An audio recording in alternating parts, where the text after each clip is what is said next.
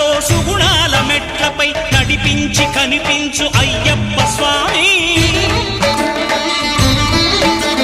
మకర సంక్రాంతి సజ్జోతివై అరుదెంచి మహిమలను చూపించు మణికంఠ స్వామి. కర్మబంధము బాపు ధర్మశాస్త్ర